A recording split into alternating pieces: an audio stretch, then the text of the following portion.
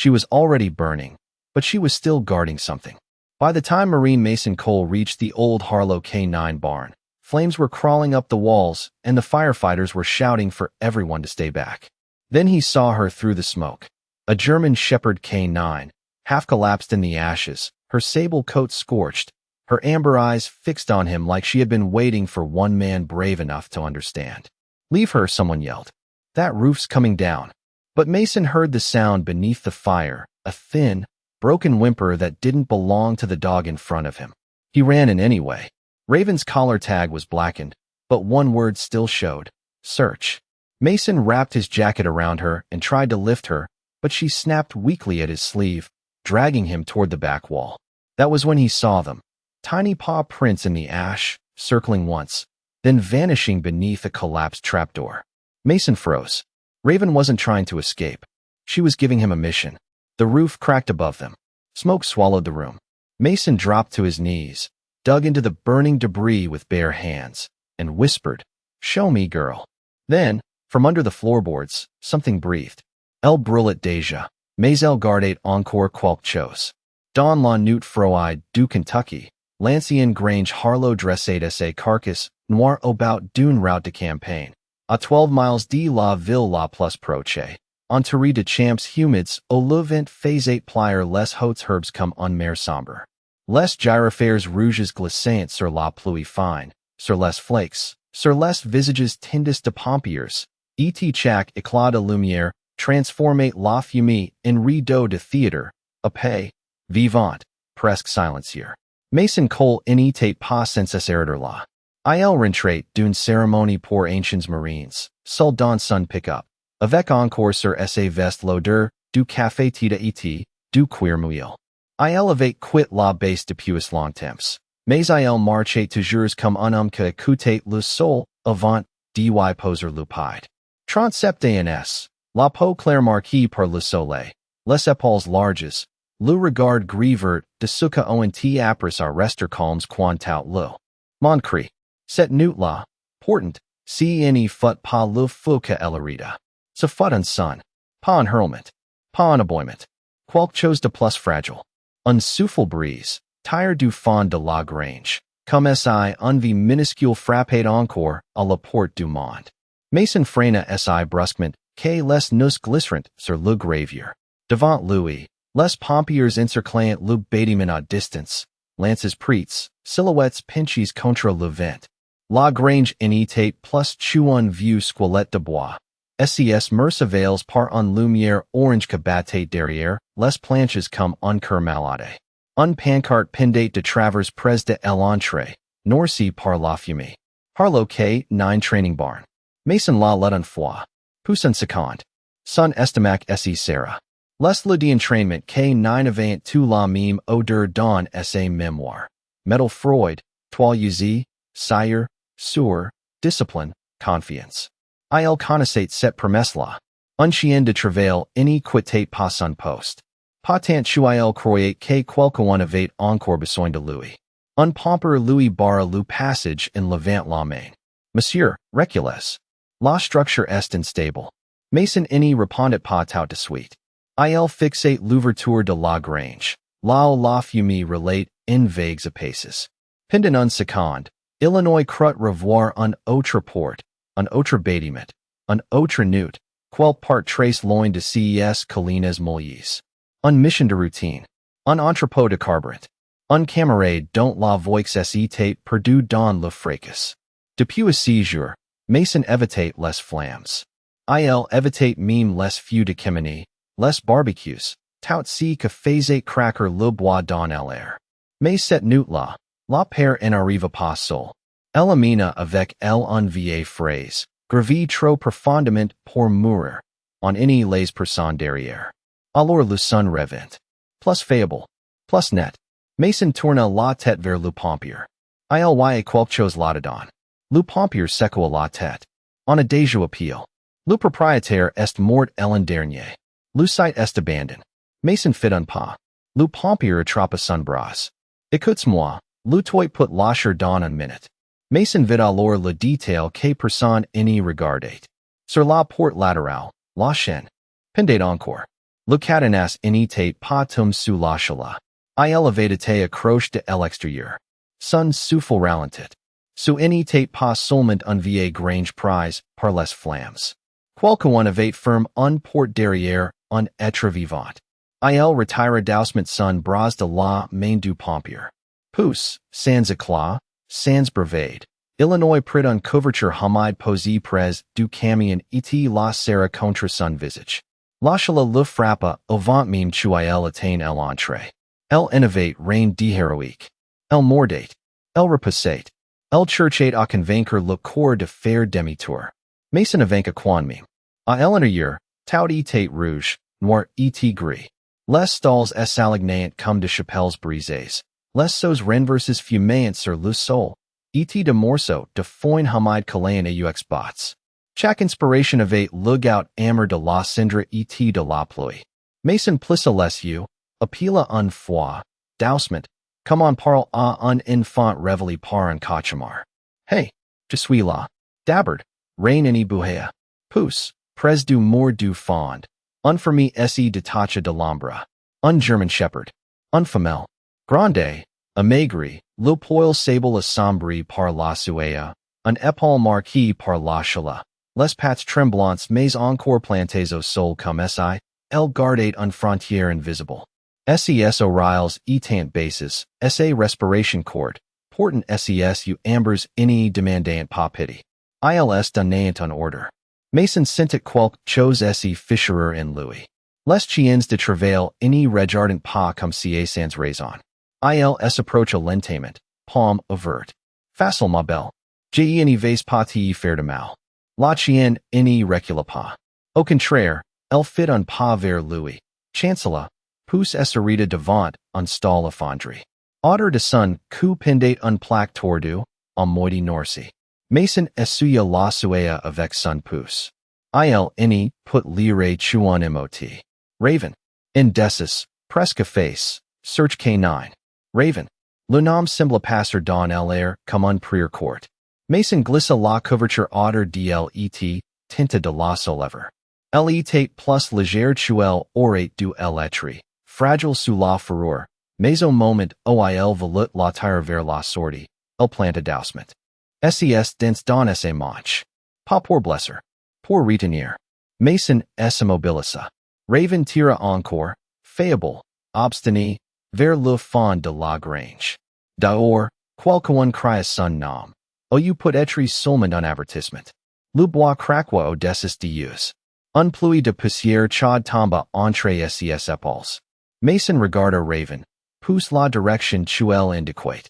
Il n'y vit d'abord que de planches écrasées, de cendres, un vieux tapis de dressage roule contre le mur. Pousse la lumière rouge de gyrofères passa par un fonte du bois et balaya le sol. Là, dans la poussière grise, quelque chose apparat. De petites marques. Minuscules. Trop réguliers pour être de débris. Des impriantes de pattes. Mason se pencha, le cœur suspendu.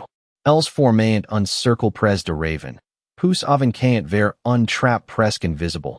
Caché sous une couche de cendre. Un empreinte. Pousse un autre. Pousse un troisième.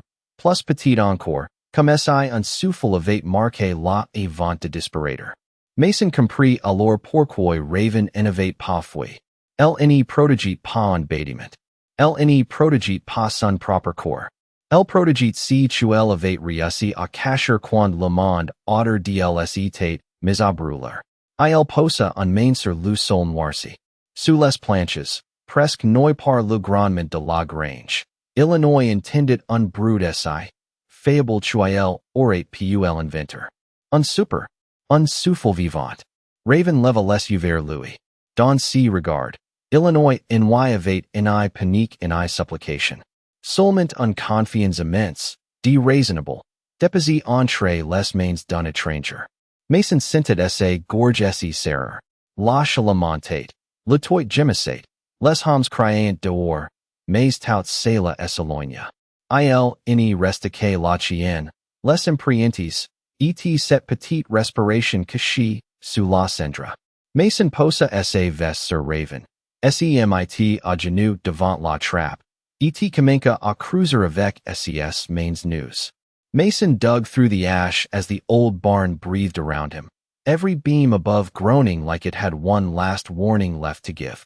Heat rolled over his shoulders, but he kept his body low, one hand braced against the floor, the other clearing away gray dust, splinters, and pieces of damp straw. Raven lay beside him beneath his jacket, her chest rising in shallow pulls, her amber eyes fixed on the spot where the tiny paw prints disappeared. She did not whine. She did not look toward the open door. Even hurt and exhausted, she watched like a soldier waiting for a command to be understood. Outside, boots scraped against gravel and a voice cut through the smoke. "Sir, get out now. The roof is shifting." Mason heard it, but the sound beneath the floorboards was smaller and somehow louder. A thin breath, a faint scratch. Life, trying not to be forgotten. He pressed his ear close to the cracked wood. For 1 second, the night fell away, and he was back in another place. Years earlier, kneeling near a damaged storage bay while alarms screamed through red light. He had been too late then. Too much smoke. Too much confusion. One voice he never reached. Since that day, every silence after a fire had felt like an answer he did not want. But tonight, under this barn floor in Kentucky, silence had not won yet. Mason slid his fingers beneath the edge of the hidden trapdoor and pulled. It did not move. Ash rained from the frame. The hinges were swollen from rain and heat, sealed tight by years of neglect. Raven lifted her head and gave one rough breath through her nose, then pressed her paw against a different corner of the door. Mason stared at her, then at the floor. "That side," he whispered. Raven did not move her paw. Mason shifted closer and dug there instead, clearing away a strip of old canvas that had fused against the seam. Beneath it, he found a rusted latch. Not broken. Stuck. He hooked 2 fingers into it and pulled until his shoulders shook. Nothing. Then the barn cracked hard above him, a deep wooden snap that made the firefighters outside shout all at once. Mason looked up. A glowing line widened along a rafter. He had less than minutes. Maybe less than that. He turned back to Raven. "I need you to stay with me, girl." Her eyes held his, steady, trusting, impossible. Mason wrapped the edge of his wet sleeve around the latch, planted one boot against a beam, and pulled again. This time the latch screamed open. The trapdoor lifted a few inches, and a breath of cooler air touched his face from below. Underneath was not a cellar, but a narrow crawl space, maybe 3 feet deep, built beneath the training stalls long ago for storage. The darkness inside smelled of wet hay, old leather, and smoke. Mason reached down, feeling blindly. His hand found cloth. A blanket. Thick, damp, folded into a small mound. Raven pushed herself forward with a weak determination that made Mason's chest tighten. She touched the edge of the blanket with her nose. Carefully, Mason pulled it toward him. It snagged on something under the floor, and for one terrible moment, he thought the sound had stopped. "No," he breathed. Not loud, not dramatic, just a word breaking before it became a prayer. He reached deeper, shoulder pressed against the hot boards, and freed the blanket inch by inch. Outside, a firefighter appeared through the smoke, face shield glowing red. "Mister, you have to move." Mason did not turn. "There are pups under here." The firefighter froze. In the space between them, Raven gave a faint sound, not a bark, almost a plea. That was enough. The firefighter dropped to one knee beside Mason and shoved a small flashlight into the crawl space. The beam cut through dust and revealed what Raven had known all along. A little hollow beneath the floor, lined with scraps of training pads, pieces of towel, and a section of old waterproof tarp. A nest. Raven had made a shelter in the only place the fire had not fully reached. Mason's throat tightened as he saw the blanket shift. Barely. He reached in with both hands and lifted the bundle out. It was warm in the center, damp around the edges, heavy with ash and hope. Raven tried to rise. Mason laid one hand gently against her shoulder. "Easy. I have them." The first tiny shape slid from the fold, eyes closed, fur darkened by soot, but moving with a weak little tremble. Then another. Then a third, smaller than the rest, tucked so deep inside the blanket that Mason almost missed it. The smallest one did not move at first. Raven stretched her neck and touched it with her nose, once, then again, with a tenderness so quiet it stopped every man near the doorway. Mason cupped the pup in, his palms, shielding it from the smoke, and rubbed gently with the cleanest part of his shirt. "Come on, little one," he whispered. "Your mama did not quit." For a second, nothing happened. Only rain on the roof. Only fire in the walls. Only Raven watching. Then the smallest pup opened its mouth and released a sound so thin it barely existed, but it was there. A cry. A living cry. The firefighter beside Mason exhaled like he had been holding his breath for years. "We need to go." Mason gathered the blanket against his chest, tucking the 3 pups inside, then turned to Raven. She tried to stand and failed. Without hesitation, Mason shifted the bundle into the firefighter's arms. "Take them first." Raven's eyes followed the pups, panic flickering for the first time. Mason leaned close, his voice low and certain. "I am bringing you 2. I promise." He slid both arms beneath her, careful with every motion, and lifted her from the ash. She was light, far too light, but her head found the place beneath his chin as if she had known him longer than one night. Behind them, the barn gave another deep warning. Mason stepped toward the doorway, smoke closing in, red lights flashing beyond it like sunrise trying to arrive early. In his arms, Raven did not look at the fire. She looked past Mason, toward the blanket outside, toward the 3 small lives she had hidden from the dark. And as they crossed the threshold into the rain, the roof behind them began to fall. Rain swallowed the noise behind them the moment Mason crossed into the open yard. The old barn folded inward with a long, tired groan, sending a dark cloud of ash into the wet night. And for a few seconds no one spoke. The firefighters simply stood there beneath the red lights, watching the place where Mason and Raven had been moments before. Then the smallest pup cried again from inside the blanket, and the spell broke. A firefighter hurried toward the ambulance with the bundle held carefully against his chest. Mason followed with Raven in his arms, every step heavy through the mud, his wet boots sinking into the soft Kentucky ground. She did not struggle. She was past struggling now. Her head rested beneath his chin, her breath warm but uneven against his collar. Mason kept one hand spread along her side, feeling each rise and fall as if counting could keep her here. "Stay with me," he whispered. "You did your part. Let us do ours." The ambulance doors were open, white lights spilling across the rain. A woman in a Navy rescue jacket stepped forward with a medical bag and a face that had learned how to stay calm when hearts were breaking in front of her. "I am Dr. Laura Bennett," she said. "Veterinary emergency response." Mason lowered Raven gently onto a clean thermal blanket. The moment Raven touched the stretcher, her head lifted, searching. Not for safety. Not for Mason. For the pups. "They are here," Mason said quickly. He turned toward the firefighter, who opened the blanket just enough for Raven to see 3 tiny bodies curled together in the warmth. 2 were trembling softly. The smallest lay quiet, tucked between the others like a shadow trying to become real. Raven's eyes fixed on that one. Dr. Bennett noticed. She knelt, her voice low. "That little one needs help right now." Mason felt the words hit him harder than the heat had. Around them, the rain tapped on metal, on helmets, on the ambulance roof. Everything smelled of wet ash and antiseptic. Dr. Bennett worked quickly, rubbing the pup with a warm towel, clearing soot from its tiny nose, listening with a small stethoscope that looked almost too large for such a fragile chest. Mason stood beside the stretcher, one hand still on Raven's neck. He could feel the dog trying to lift herself. "Easy," he murmured. "She has him." But Raven's gaze did not leave the little one. It was the same gaze Mason had seen inside the barn, the same unshakable command. "Do not stop." Dr. Bennett looked up at Mason. "What is her name?"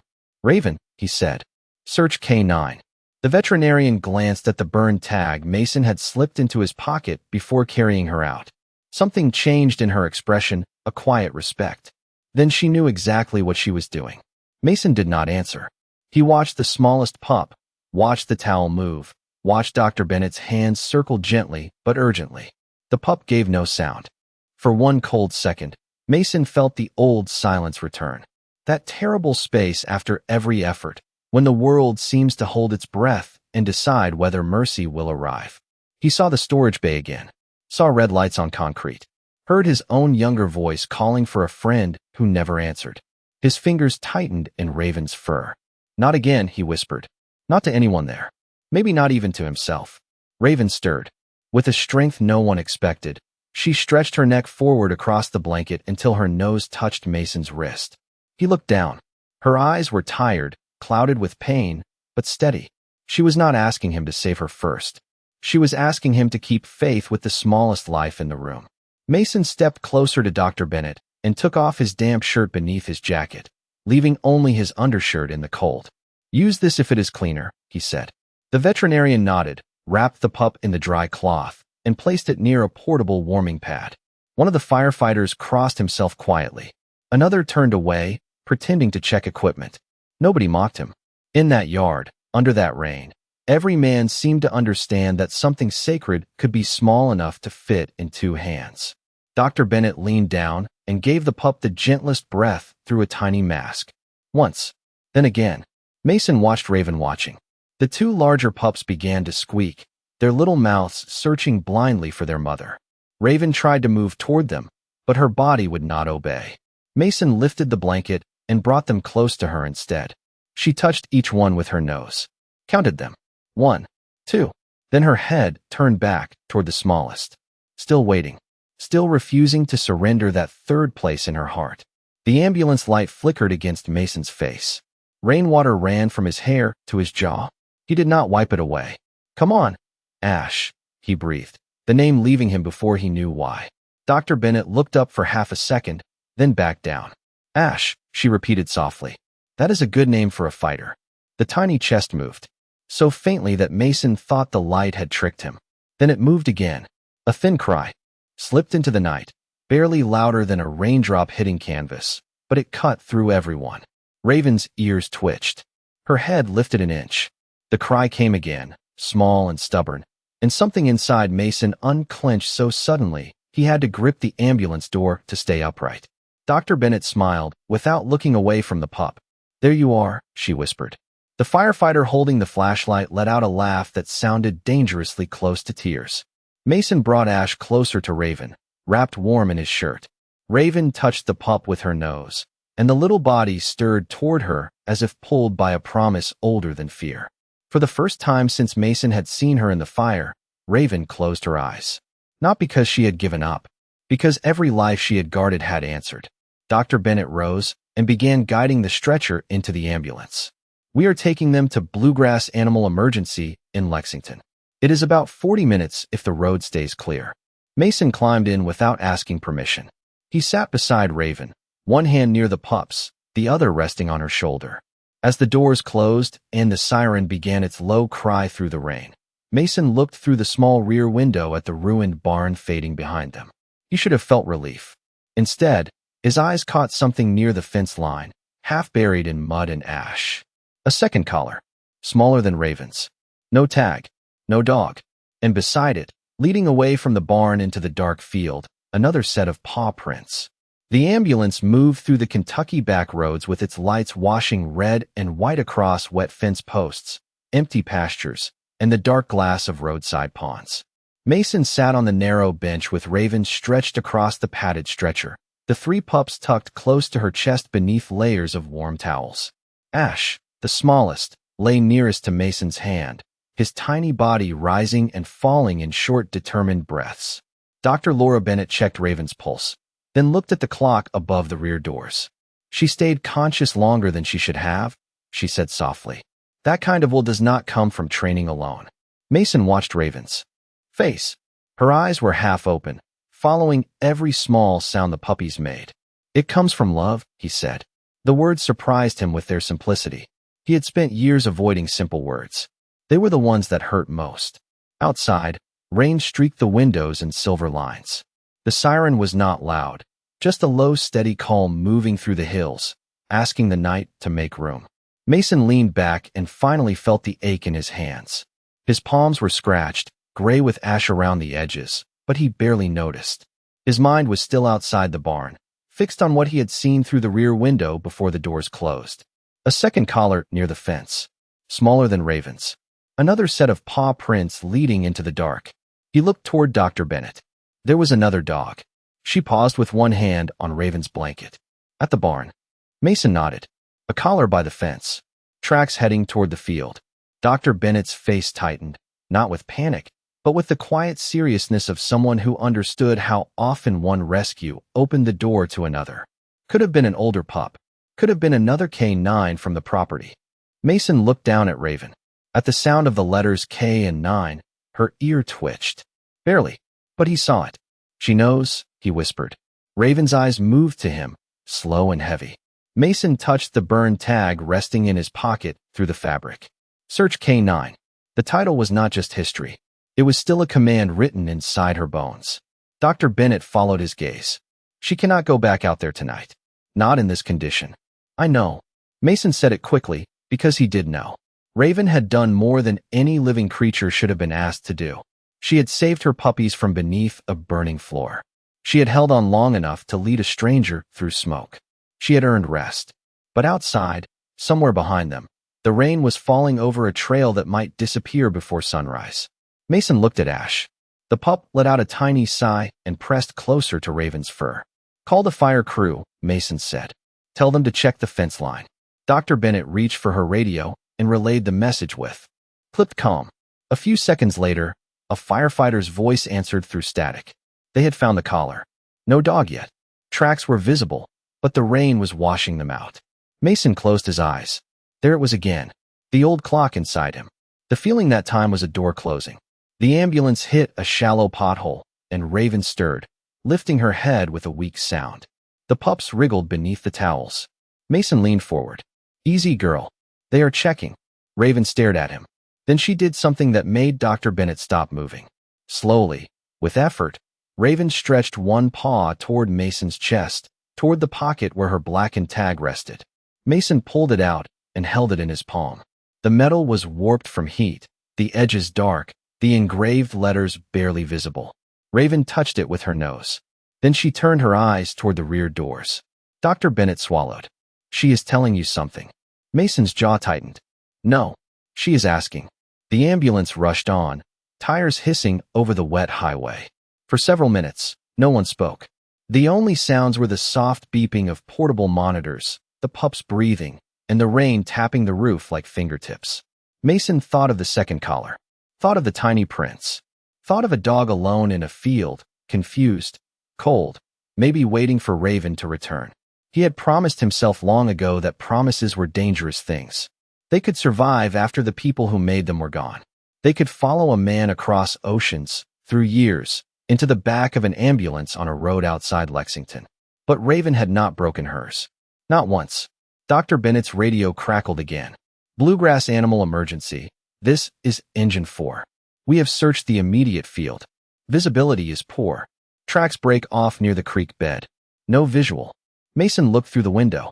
The road signs blurred past. Lexington, 26 miles. The clinic was close enough now that Raven and the puppies had a chance. The other dog, whoever it was, might not.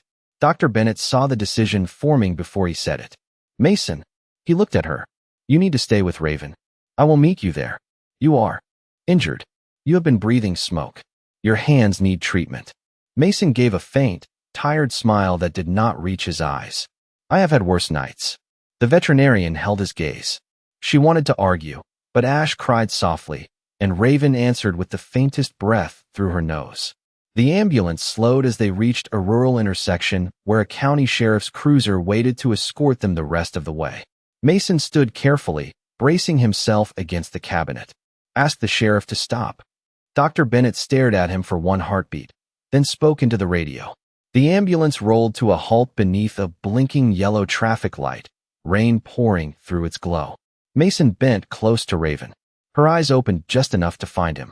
He placed her tag beside her paw. You brought them out, he whispered. Now let me follow the trail. Raven's paw shifted, touching the tag once more. It was not permission. It felt like trust. Mason stepped down into the rain, the cold hitting his skin through his torn shirt. The sheriff, a broad-shouldered woman named Claire Dawson, got out of her cruiser with a flashlight already in hand. You are the Marine from the barn? Mason nodded. There may be another dog near the creek. She looked toward the ambulance, then back at him, reading the ash on his clothes and the stubbornness in his face. Then we move now. As the ambulance pulled away toward Lexington with Raven and her puppies inside, Mason stood in the intersection watching its lights fade into the rain. For a moment, He felt the space beside him empty. Then Sheriff Dawson handed him a flashlight. In the distance, beyond the black fields, the creek whispered under the storm. Mason turned toward it, following the fading prints before the rain could erase the last thing Raven had tried to tell him. Mason and Sheriff Claire Dawson moved through the field with their flashlights low, sweeping the wet grass inch by inch. Behind them, the road disappeared into darkness, and ahead of them the creek murmured somewhere beyond a line of sycamore trees. Rain softened every edge of the world. It blurred the fence posts, filled the boot prints, and turned the ash on Mason's clothes into gray streaks that ran down his sleeves. Claire walked a few steps to his left, steady and quiet, her badge catching brief sparks of light whenever lightning flickered behind the clouds. "Tracks are fading fast," she said. Mason did not answer at first. He crouched near a broken patch of mud where the small paw prints dipped beneath the fence wire. They were not as tiny as the puppy's prints. Older, still young, but big enough to run. "This one came out after Raven hid the pups," he said. "Or before," Claire replied gently. Mason looked toward the creek. No, Raven kept looking past the barn, not back into it. She knew someone made it out. The wind moved through the trees with a wet whisper. For a moment, the field seemed empty. Then Mason heard it. Not a bark, not a cry. A faint metallic tap, far off, like a loose tag striking stone. He raised one hand, and Claire stopped immediately. They listened. Rain, creek water, leaves. Then the sound came again. Tap, pause, tap. Mason started forward. The ground sloped down toward the creek bed, slick with clay and hidden roots. Every step pulled at his boots. His lungs burned from smoke, and his hands throbbed now that the cold had found them. But he kept moving. The flashlight beam caught tufts of fur on a low branch, then a smear of ash against the bark. Claire bent close. Something brushed through here. Mason touched the fur, then looked down. The paw prints had become uneven. One step deep, one step shallow. The dog was limping. He swallowed hard. "Come on," he whispered into the rain, though he did not know whether he was speaking to the missing dog or to whatever mercy still walked this field with them. They reached the creek a few minutes later. It was narrower than Mason expected, maybe 15 feet across, swollen by rain, moving fast over limestone and fallen branches. On the far bank stood an old equipment shed, half hidden behind weeds and stacked pallets. Its tin roof sagged in the middle. Its door hung open just enough for darkness to breathe through. Claire swept her flashlight across the mud. "Tracks go that way." Mason saw them too, leading along the water line, then vanishing, near a washed-out patch of bank. His chest tightened until Claire's light caught something pale near a stone. A strip of cloth. No, not cloth. A piece of training lead, chewed through at the end. Mason picked it up. It was old, stiff with rain, marked with the same faded orange stitching as Raven's collar. "They were together," he said. Claire's voice lowered. Raven may have been protecting more than her litter. The shed gave a soft creak in the wind. Mason turned toward it. "Hello," he called, voice calm, careful. "I am not here to hurt you." Nothing answered. He took one step closer, then another. Claire kept her flashlight wide, giving him room but not letting him go alone. The smell reached him first. Wet straw, cold metal, old dog food, a place where animals had waited too long. Mason's jaw set, but his voice stayed gentle. "Easy now. Raven sent me." At the sound of her name, something shifted inside the shed. A low rustle. Mason stopped at the doorway and lowered himself to one knee, making his body smaller. In the far corner, behind a collapsed stack of training mats, two eyes reflected the flashlight. Amber, like Raven's, but younger and more frightened. A German shepherd stood there, nearly full-grown, sable-coated beneath the mud, one ear folded slightly at the tip. Around his neck was a collar with no tag, only a worn rectangle where one had once been. His body trembled, not from anger, but from cold and exhaustion. Mason held out the piece of chewed lead.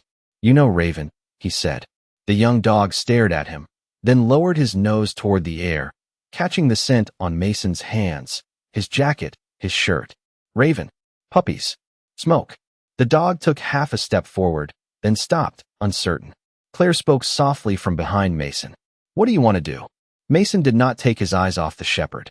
"Let him decide we are safe." The young dog's gaze flicked toward the creek, then to the field beyond it, as if measuring every escape route. Mason understood that look. Trust was not a door that opened because someone knocked. Sometimes it had to be waited beside in the rain. He slowly reached into his pocket and brought out nothing but his empty palm. "I carried her out," he said. "She is alive. Her pups are alive." The shepherd's ears moved.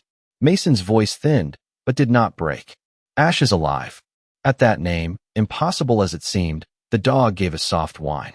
Maybe it was the tone. Maybe it was the scent of the smallest pup still clinging to Mason's shirt. Maybe some bonds were built below language. The shepherd stepped forward into the light. Mason saw then that his front paw was caught in a loop of old cord tangled around a broken crate. Not tight enough to harm, but enough to hold him whenever fear made him pull back. Mason breathed out slowly. "That is why you could not get back." He slid closer on one knee, inch by inch. The shepherd stiffened. Mason stopped. "I know," he whispered. "People have given you reasons not to trust hands." He placed the chewed lead on the floor between them and waited. Outside, thunder rolled low over the fields. Inside, the shed held its breath. Then the young dog did something small. He lowered his head and touched the lead with his nose. Mason moved only then. Gently, carefully, he reached for the cord, working it loose without pulling the paw. The shepherd watched every motion. When the cord finally slipped free, the dog did not run.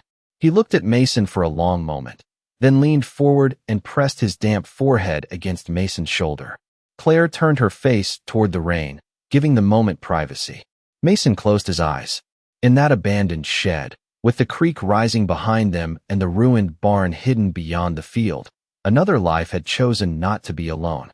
Mason wrapped his arm loosely around the young shepherd, not holding him captive, only steadying him. "We are going to Lexington," he said. "Your family is waiting." The dog answered with one quiet breath against his chest. Then Claire's radio crackled, sharp and sudden. Dr. Bennett's voice came through the static, strained but controlled. "Sheriff Dawson, if Mason is with you, tell him Raven is awake, and she is refusing treatment until she sees what he found." Claire's cruiser cut through the rain toward Lexington with Mason in the passenger seat and the young shepherd curled in the back, wrapped in a county blanket that smelled faintly of wool, leather, and old coffee. The dog had not made a sound since leaving the shed. He kept his head low, his amber eyes fixed on the strip of highway unfolding through the windshield, as if every mile might disappear if he looked away. Mason turned once and saw him press his nose into the chewed training lead on the seat beside him. "He needs a name," Claire said, her hands steady on the wheel. Mason watched the rain break apart in the headlights. "Not for me. Not yet." Claire glanced at him. "Why not?" Mason looked back at the shepherd, at the folded ear, at the mud on his paws, at the way his body leaned toward the scent of Raven even from a distance. "Because he already belongs to somebody." The words settled quietly between them. The road widened as they neared the city. Gas stations appeared like small islands of light.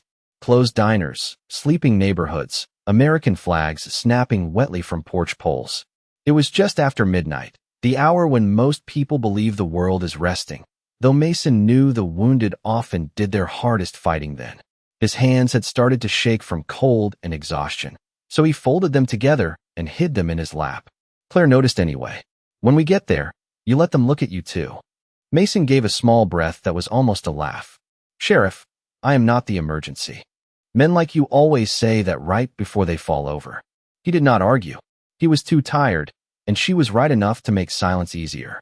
The Bluegrass Animal Emergency sign appeared ahead, glowing blue and white through the rain.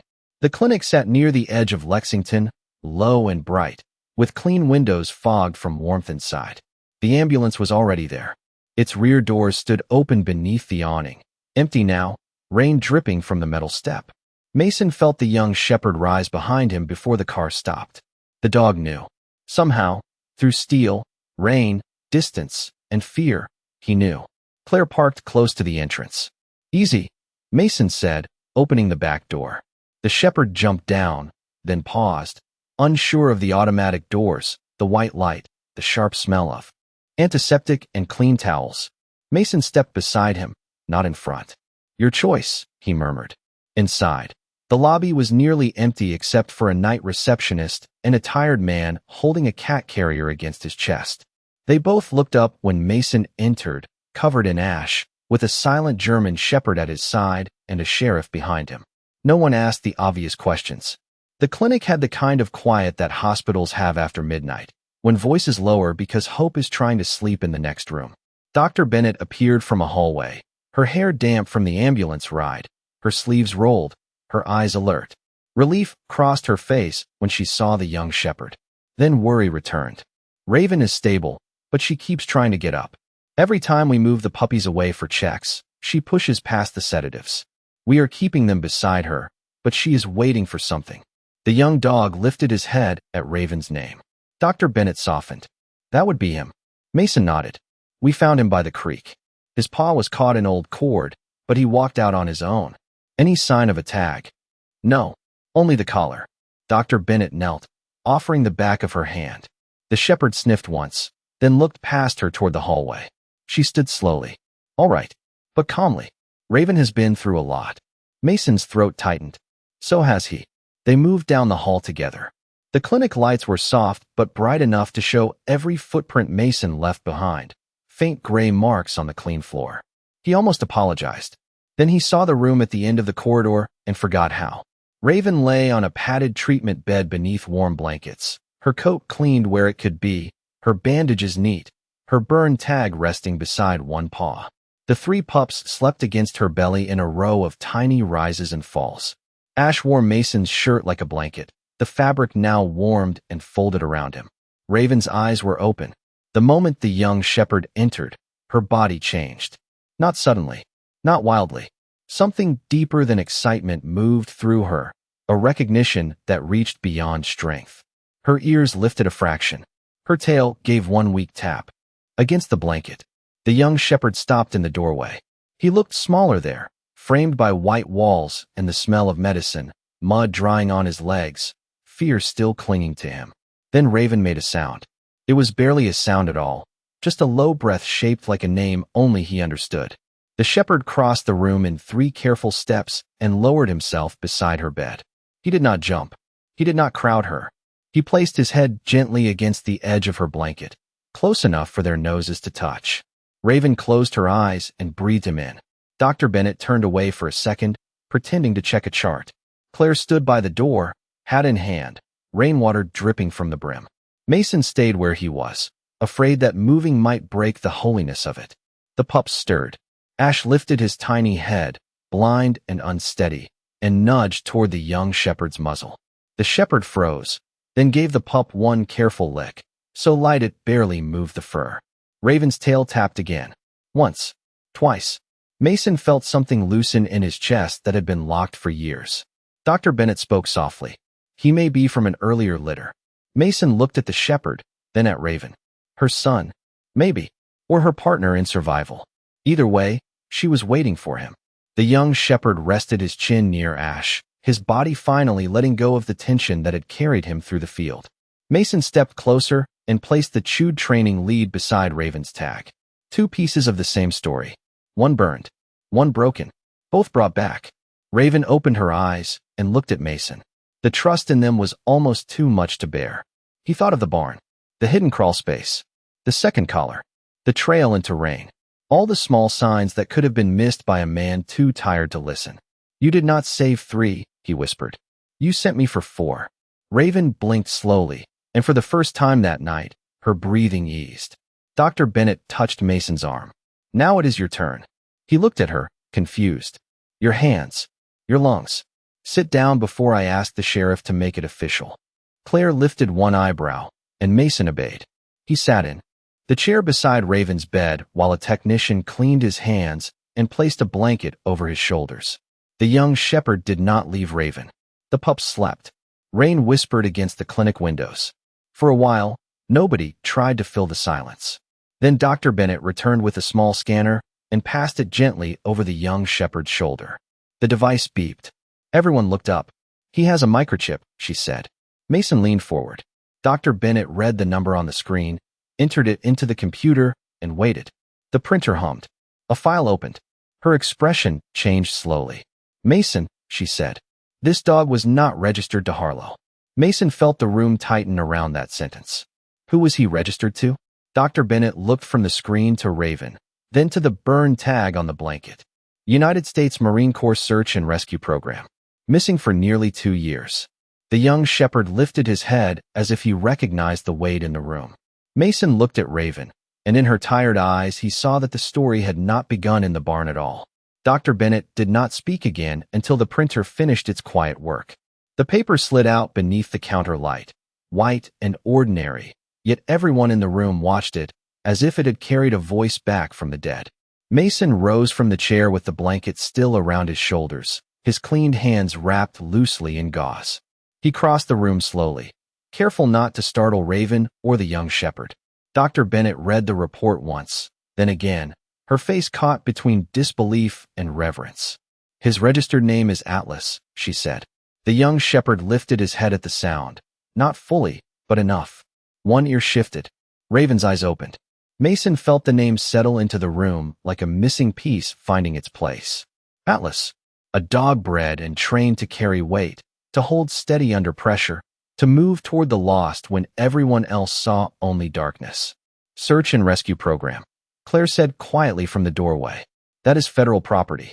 Dr. Bennett nodded, but her eyes stayed on Atlas. More than that. According to this, he went missing during a transport transfer almost 2 years ago. Raven's identification number is linked in the same file. Mason looked at Raven. She lay still, her pups sleeping against her, but her gaze had sharpened. Linked how? Dr. Bennett turned the paper toward him. They were trained as a paired unit. Mason stared at the words. Paired unit.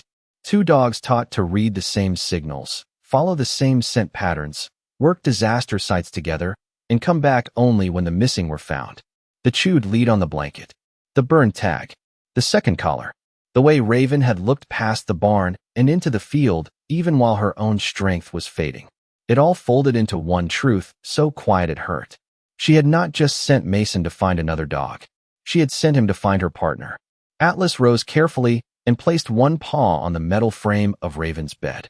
A technician moved as if to stop him, but Dr. Bennett lifted a hand. Let him. Atlas leaned close and touched Raven's muzzle. The gesture was so gentle that even the monitors seemed to quiet around it. Raven exhaled, long and tired, and the 3 puppies shifted in their sleep. Ash tucked his face deeper into Mason's folded shirt. Claire looked at the printed file again. If these dogs were missing from a Marine Corps program, why were they in a locked barn in Kentucky? No one answered quickly. The question darkened the room without raising its voice. Mason thought of the chain on the barn door, the old equipment shed, the lack of tags, the way Atlas had trembled when he saw a human hand move too fast. He did not need the full story to understand that somebody had taken what was not theirs and hidden it behind a quiet road where people stopped asking questions. But anger, if given too much air, could fill a room faster than smoke. Mason pushed it down and focused on what was alive in front of him. Who do we call? He asked. Claire was already reaching for her phone. I will contact county dispatch and get military police connected. There will be records. Dr. Bennett folded the paper and clipped it to Raven's chart. For tonight, they stay here. Whatever happened before, this room is safe. The word safe seemed to move through Raven. Her eyelids lowered. Atlas kept his head near hers, finally still. Mason sat again, not because he wanted to rest, but because his legs had quietly run out of orders. The clinic clock read 1:37 in the morning. Outside, the rain was easing, turning from hard lines into mist against the windows. Inside, warmth gathered around the treatment room in small human ways. A clean blanket placed over Mason's shoulders, a bowl of water set near Atlas, a soft towel tucked beneath the puppies, Claire's wet hat resting on the counter beside a stack of forms. The world had not become gentle, but for a few minutes, it allowed gentleness to exist. Dr. Bennett checked Raven's bandages, then lowered her voice. She needs surgery once she is stronger. Not tonight. Tonight we keep her warm, keep her hydrated, and keep her calm. Mason nodded. Will she make it? Dr. Bennett looked at Raven, not at the chart. She has already made it through more than the chart would ever believe. I will not promise easy, but I will fight for her. Mason accepted that. Honest hope was better than a soft lie. Across the room, Claire ended her call and stepped closer. Military police confirmed the chip number. They are sending a liaison from Fort Campbell in the morning. They also asked who found them. Mason looked at Raven before answering. She did. Claire's expression softened. That is what I told them. A quiet breath passed through the room, almost like relief. Then Atlas stood. His body stiffened, not in fear, but attention. Raven's ears lifted too. Mason followed their gaze to the hallway. From somewhere beyond the lobby came the muffled sound of a truck pulling into the lot. Tires on wet pavement. A door closing. Heavy steps beneath the awning. Claire's hand moved instinctively toward her radio. Dr. Bennett looked through the small window in the treatment room door. I did not call anyone else. Mason rose slowly. Atlas moved between the door and Raven's bed without being told. The motion was calm, protective, familiar. A working dog remembering his post. The puppies slept on, unaware that the past might be walking toward them. A shadow crossed the frosted glass of the clinic entrance. Then the night receptionist's voice drifted down the hallway, polite but uncertain. Sir, can I help you? A man answered too softly for Mason to hear the words, but he heard the tone. Smooth. Prepared. Not worried enough. Claire opened the treatment room door and stepped into the hall. Mason followed one pace behind her, leaving Atlas with Raven. From the corridor, he could see the lobby lights reflected on the rain-dark windows. A tall man stood near the front desk in a dry brown coat, his hair neatly combed, his boots too clean for a night like this. He held a folder under one arm and smiled as though he had arrived for a routine appointment. I am here about the dogs from Harlow, the man said. There has been a misunderstanding. They belong to my facility. Mason felt the air change. Behind him, from inside the treatment room, Raven released a low, warning breath. Not loud, not wild, just enough to tell him that she remembered the man's scent. The man in the brown coat stood beneath the lobby lights with the calm smile of someone who expected doors to open before he touched them. Rain tapped against the clinic windows behind him, and the whole room seemed to hold its breath. Sheriff Claire Dawson stepped forward first, one hand resting near her radio, her voice steady and official. Your name, sir? The man adjusted the folder under his arm. Grant Harlow. I manage the property off County Road 17. Those dogs were kept there under contract. Mason stood a few feet behind Claire, his shoulders wrapped in a clinic blanket, his hands bandaged, ash still clinging to the edges of his sleeves. He said nothing. He was listening to the room the way he had learned to listen in places where danger rarely announced itself loudly. Grant's coat was dry. His boots were clean. His hair had not seen the storm. For a man connected to a burning barn, he looked strangely untouched by the night. Interesting, Claire said. Because dispatch has no record of you calling in the fire. Grant's smile thinned, but did not vanish. I was out of town. A neighbor informed me. I drove back as soon as I could. Dr. Bennett appeared in the hallway behind Mason, arms folded, her face calm but hard. The female German Shepherd is under emergency medical care. The puppies are under medical care. The young male is being evaluated. None of them are being released tonight. Grant's eyes moved past them toward the treatment hall. It was quick. Too quick for most people. Mason caught it anyway. A glance not of concern, but calculation. Doctor, I appreciate your compassion, but these are working animals. Valuable animals. My facility has documentation. He lifted the folder slightly. Claire held out her hand. Then you will not mind sharing it. Grant hesitated for less than a second, then gave her the folder. Mason watched Claire open it. Inside were printed forms, ownership transfers, kennel licenses, transport receipts. Everything looked neat. Too neat. Claire's flashlight beam from the field still hung in Mason's memory, trembling over mud, over a chewed lead, over the eyes of Atlas in that shed. Real stories did not look this clean after passing through fire. These papers say Raven and Atlas were transferred to your facility 18 months ago, Claire said. From a private broker. Grant nodded. Correct. Mason finally spoke, quiet enough that everyone had to listen harder. Their microchips say United States Marine Corps Search and Rescue Program. Grant turned his smile toward him. Records are often outdated, Mr. Cole. Dogs change hands. Programs shut down. Assets are sold. The word assets landed coldly. Down the hallway, Atlas gave one low sound. Not a bark. A warning pulled from the bottom of his chest. Raven answered with a faint breath. Dr. Bennett turned her head toward the treatment room, then looked back at Grant. They do not seem to agree with you. Grant's jaw flexed. Dogs react to stress. Mason took one step closer. They react to scent. Grant's eyes met his. For the first time, the smile lost ground. Mason saw what lived beneath it. Irritation, not fear. A man who had planned for paperwork, not witnesses. Claire closed the folder. Here is what will happen. These animals stay under veterinary care. Your documents will be reviewed. Military police have already been contacted. You can wait for them here, or you can provide a statement at the sheriff's office. Grant looked toward the front doors, then back at the hallway. Sheriff, with respect, you do not understand the financial damage you are causing. Claire's voice did not change. I understand a locked barn, missing federal microchips, and animals found in an emergency scene. That is enough for tonight. For a moment, nobody moved. The receptionist sat very still behind the desk. The man with the cat carrier looked down at his shoes. Rainwater slid from the clinic awning in silver streams outside the glass. Grant inhaled through his nose, slow and controlled. I will call my attorney. That is your right, Claire said. He reached into his coat pocket.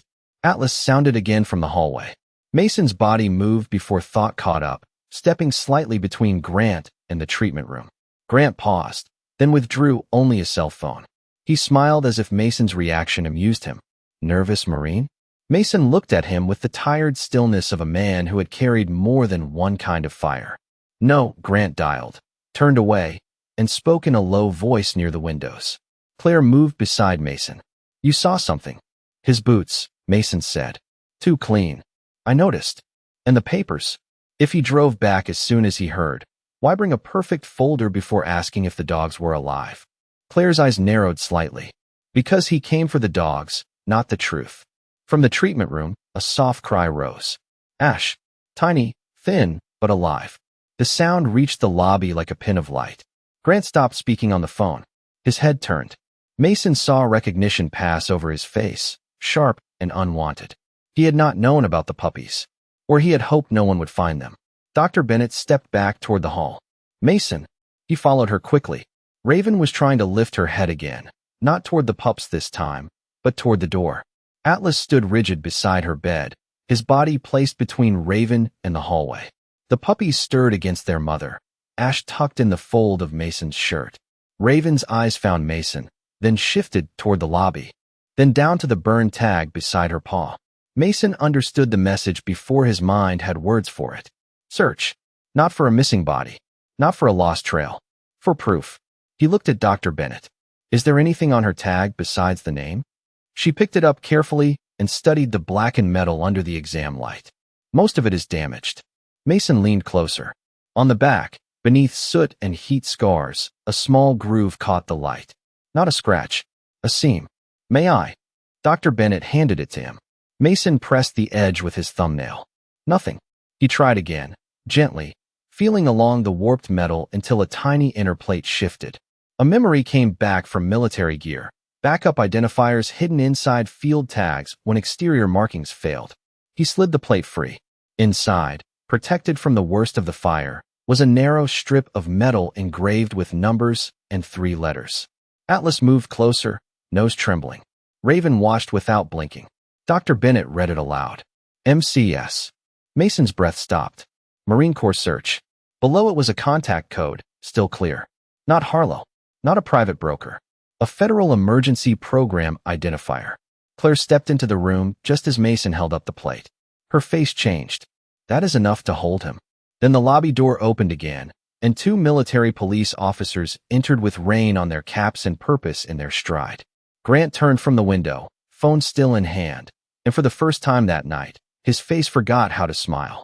Mason stood beside Raven's bed, the hidden plate in his palm, while the smallest pup cried once more beneath the warm cloth. It was not loud. It did not need to be. The truth had found its voice.